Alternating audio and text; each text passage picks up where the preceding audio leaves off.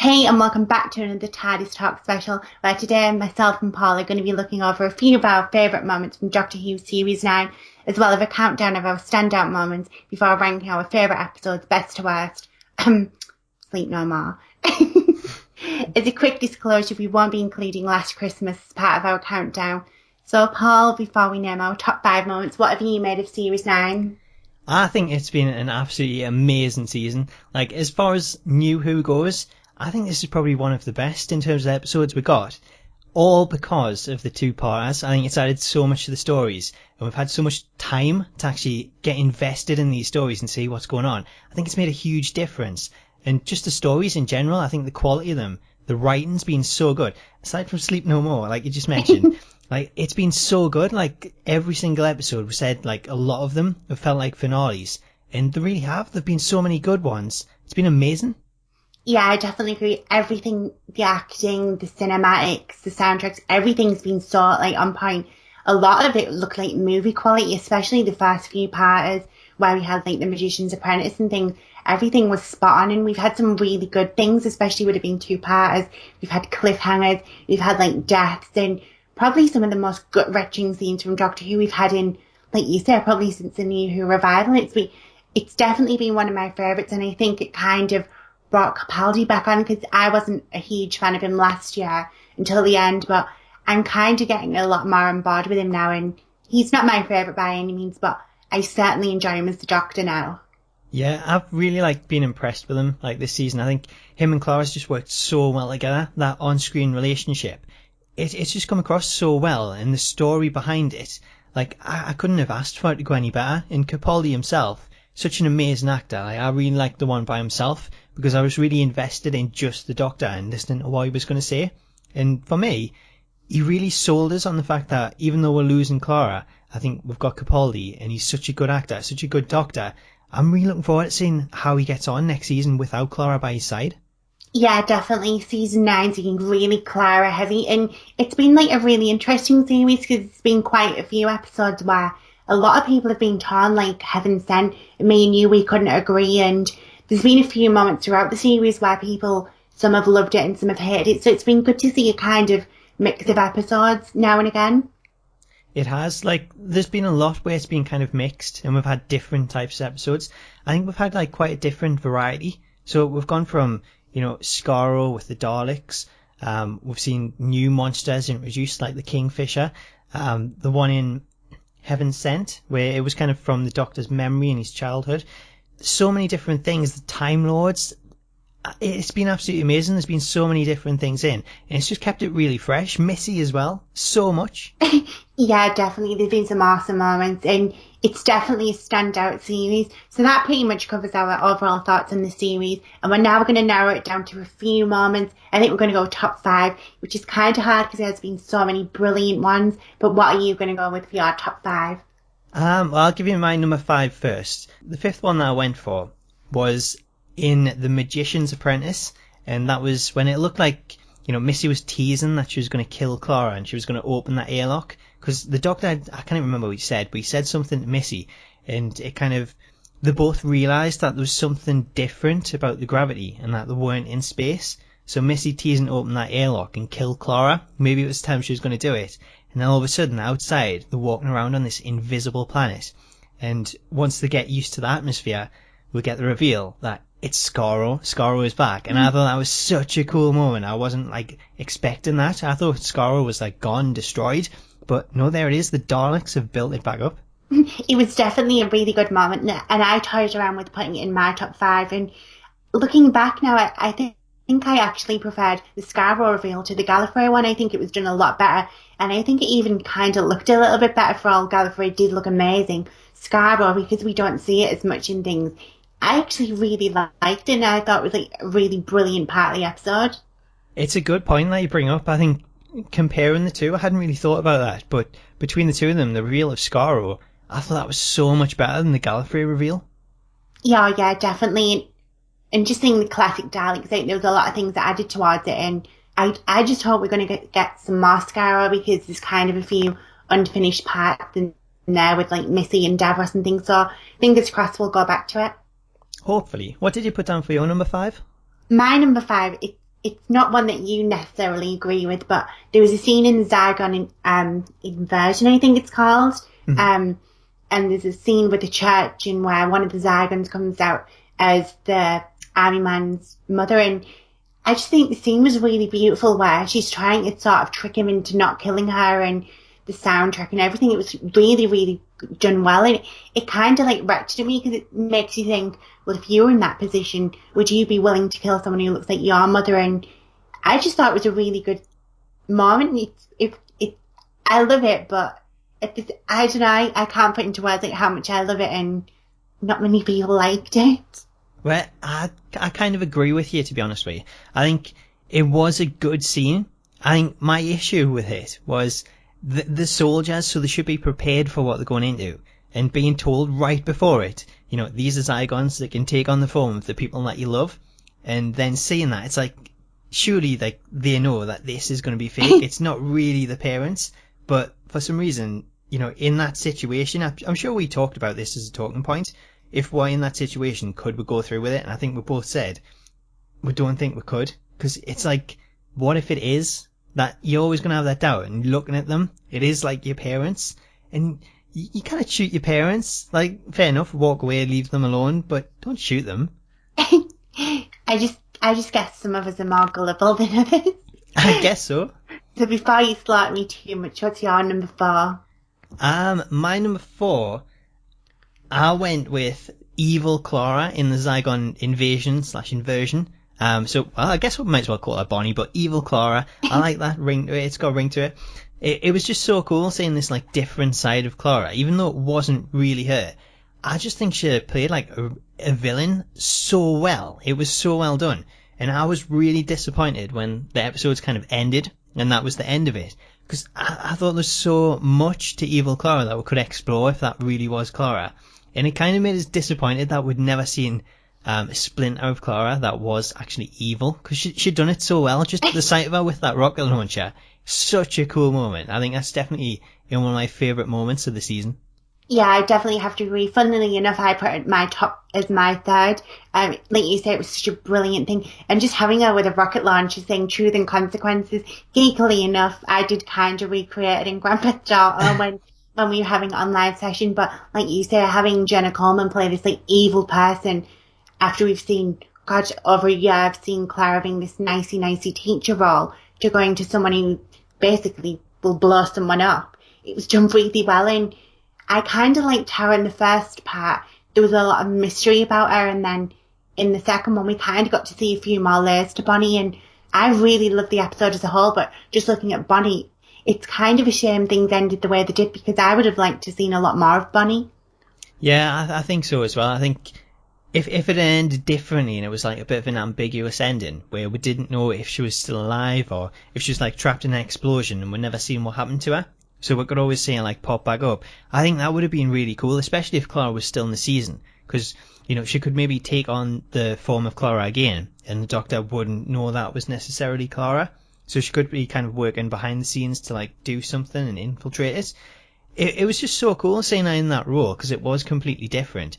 And she played it so well. It was so easy to tell between the two. And I think that's just a huge credit to Jenna. Yeah, definitely. It's a huge testament to go from basically looking the same to being able to distinguish which one was good and bad. It just adds to like how great an actress she is and just how phenomenal she's been over the series. So that kind of wraps up our Bonnie segment.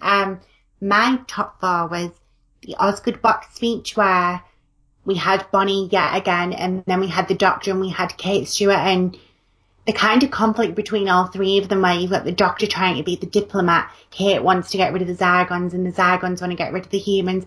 I just thought that whole sequence, it was really, I think it was the first time in that whole series where Capaldi kind of stood up as the Doctor and he had like one of those Matt Smith type speeches, and he literally had me on the edge of the seat. It was such a good speech, like going back to it. I think that is, like, I'm surprised I left that out. That is one of my favourite moments from it. Just that speech in general, I'd have to go back and watch it. Because I remember sitting there and I was just like hanging on everything that he was saying. It was so well done. And I love the fact that they put it in like the hands of the two of them to decide what they're going to do, what button they're going to press. I just thought it was really well done. And I love the reveal that, they'd gone through it like so many times until eventually they chose the right option. I just thought it was so cool. It was such a good episode. I think it just goes to show how strong that episode was. Like we say, we've touched on Bonnie, and then to have that whole moment of truth and consequences, basically, it was like a really strong theme, and I thought it was done really well, and it's definitely one of my favourite episodes, as we'll see later on. So that kind of covers that up. We know what my number 3 was. What about you? What was yours?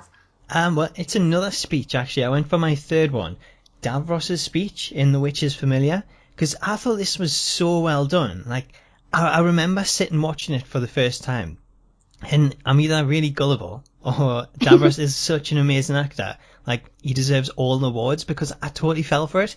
Like, the fact that he just wanted to see the sun rise one last time with his own eyes, which I didn't realise he had his own eyes. Like, I thought they were just like, black holes in his face. It was so weird, because he had like the Dalek stalk type eye coming out of his head. So I thought he just saw through that. I didn't realise he had like proper eyes still there. And I think when he opened his eyes and you seen it, it kind of transformed him in a way, because he looked so different. And that was one of the cool things about it. Just, it looked real. Like, we're seeing the tears coming down from his eyes. And I just thought it was such an amazing performance. And it kind of just drills home that when you get someone like that, and it's a monster, and they're dressed up that way, and they're quite human-like, it's so easy to connect with the character and how it's playing, as opposed to when you get, I think we mentioned it last week for the Christmas episode with River Song, how we're going to get robots in there. Just robots, Cybermen. I find it harder to connect with them. There's a bit of a disconnect. Whereas when you've got Davros and he looks quite human-like and you can see the face, the emotions, it was so cool, and it just sucked us right into it. And the dialogue, the exchange between them, I just thought it was beautifully done.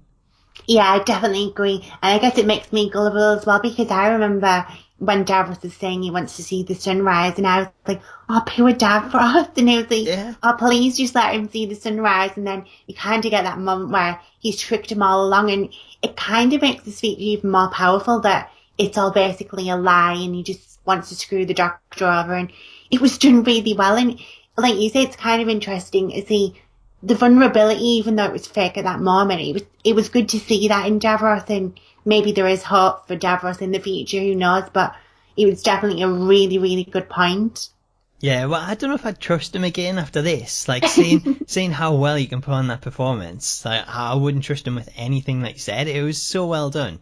And like you said, I felt sorry for him, because it was like he was looking out for his creations, and I guess in his sense, he didn't really see that as being bad, when obviously, his creations want to destroy everyone that isn't a Dalek.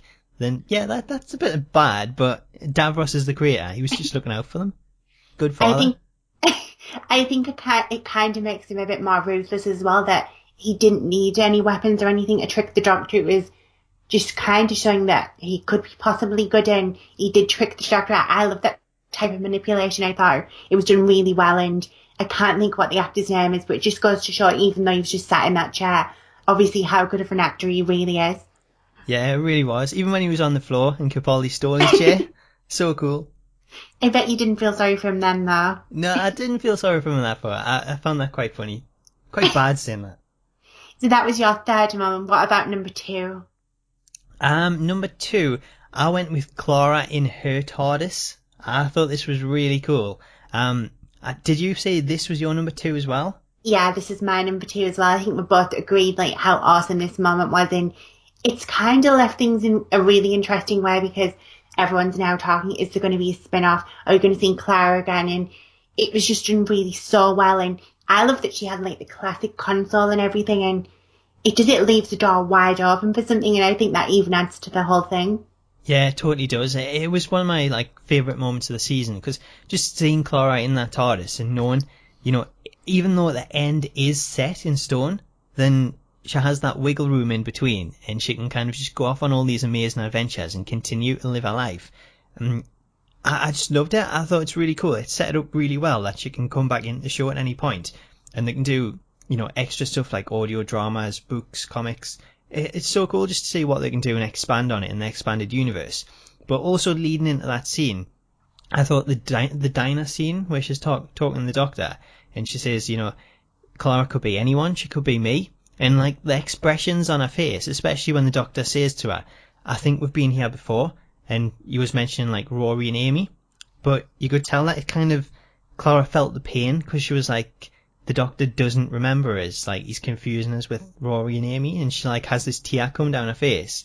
And it's just the emotion on her face and that pain, sorrow. It was like, oh man, I feel sorry for Clara. Like, it was so cool. It was so well done. And then seeing her go into the TARDIS, it was like, this is the happy ending that I want. She can go off and have all these adventures. She's going to be fine. I'm happy with that. Yeah, I definitely agree. And just hearing Capaldi play Clara's theme on the guitar, it was just all so well. I know for me, a lot of the times I go back and I say I really enjoyed that soundtrack or whatever.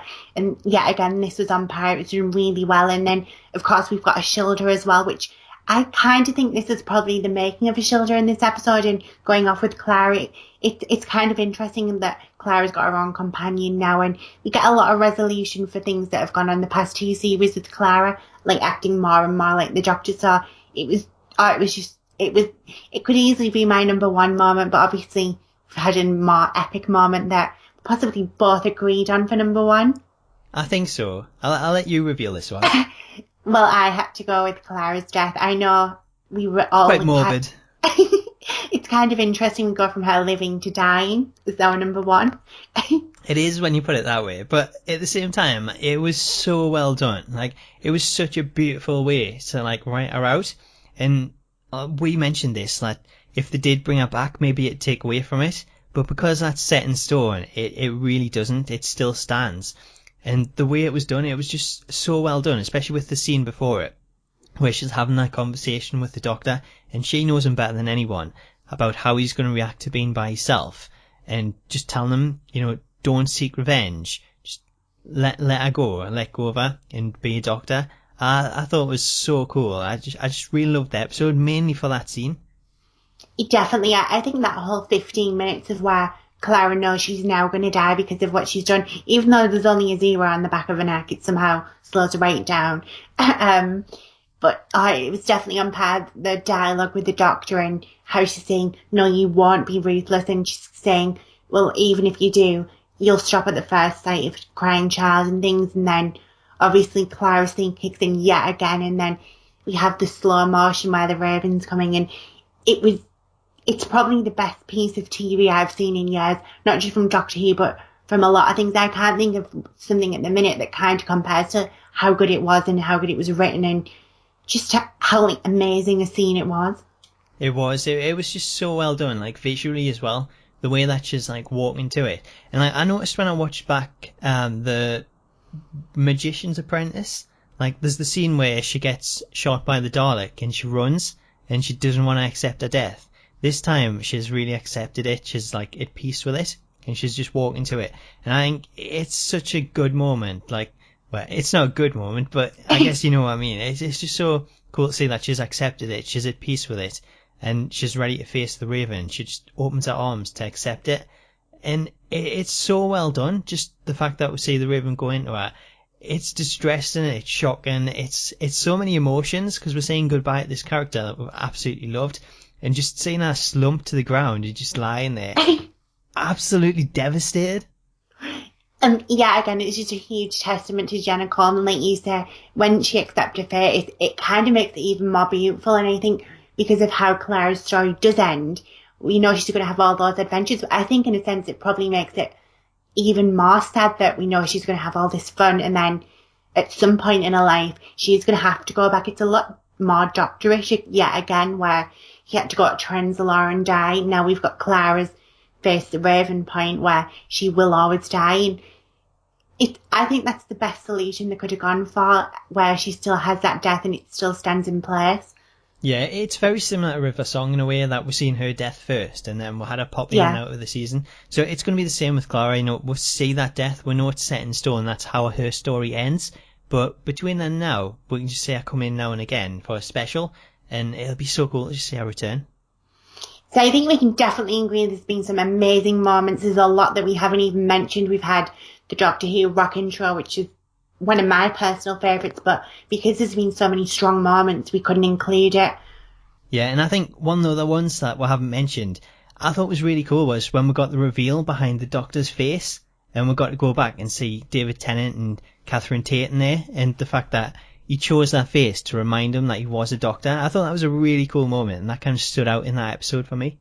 Yeah, definitely. And like I said, there's been so many that it's hard to even narrow it down to 5. So there will be a few that I'm sure a lot of people will say we've missed out. But now comes the really hard, tough point apart from episode 12. We're now going to rank them in worst to best. So I'll let you go first. Well, do you want us to give the full list here or first one? Or? Yeah, go for it. Right, well, my episode rankings, I went with the worst one, number 12, Sleep No More. I need not say anymore. Number 11, I went with The Woman Who Lived. Then I went Before the Flood, Under the Lake, The Girl Who Died, The Zygon Invasion, The Magician's Apprentice, The Witch's Familiar, and then the top 3, Heaven Sent, Hell Bent, and Face the Raven. I don't know about you, but when it came to ranking these, it was so tough, especially the top, say, 5. Some of the ones towards the bottom were a lot easier, things like Sleep No More, but those top 5 were like, especially when we've had moments like we've just discussed, it felt near impossible to do the top 3, let alone 5.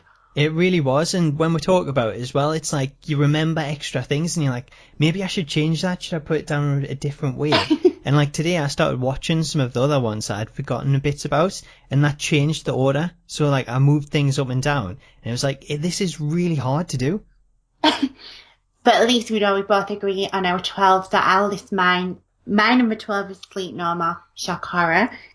11 was Heaven Sent, which is kind of controversial because we all know that you loved it. I didn't love it so much. My number 10 was Before the Flood. 9, The Woman Who Lived. 8, Under the Lake. 7, The Girl Who Died. 6, The Zygon Invasion. 5, The Witch's Familiar. 4, The Zygon Invasion. 3, Hellbent. 2, The Magician's Apprentice. Number 1, Face the Raven. So I think a few of them we were kind of on the same page, and then obviously we've had ones like Hellbent and Heaven Sent, where, like I say, you loved it and I didn't. Yeah, I totally understand that though, because you worked it out pretty early, and I think if I'd done as well, then it would have changed how I felt about the episode. But because I didn't get that straight away, I was really like waiting to see how they were doing it and really like looking out for any little thing to like tell us what was going on. So I think for that reason, that was why it was like so high up for me. And just seeing Capaldi on his own by himself for the first time, it was really cool for me. I liked it that way. But like I say, if I'd worked it out, I think it would have dropped down quite a bit on the list. Yeah, definitely. And for all I didn't enjoy the episode, it's left me wanting to see what Capaldi comes up with next series. I know we don't have an awful lot of information, but it just shows that when he is on his own, he will be brilliant and he doesn't need Jenna Coleman or Clara to kind of pull him through. Yeah, I think so. I think we're like just waiting for a treat to see how he acts, because it's kind of a reboot that he's going through now. He can start off and go in any direction, and I think he will act differently to how he was around Clara, because whoever he interacts with, it's going to be a brand new person and it's a brand new dynamic. Yeah, definitely, and I can't wait. So that covers our thoughts on Series 9 of Doctor Who and our favourite moments of the series, as well as our personal ranking of episodes 1 to 12. But make sure to get involved and let us know your thoughts on Series 9, as well as your ranking of episodes 1 to 12, and in the comments below. Or get in touch with us via Twitter at Tardis_Talk. And keep a special eye for next week, just in time for Christmas. We've got a River Song special, which I really can't wait for. I'm a huge fan of River Song. Yeah, I can't wait for that. I think it's going to be an amazing episode. And I'm just looking forward to the dynamic. I think it'll be really well together. Definitely. So make sure to let us know what you think, and we look forward to hearing your thoughts. But until next time. See you later.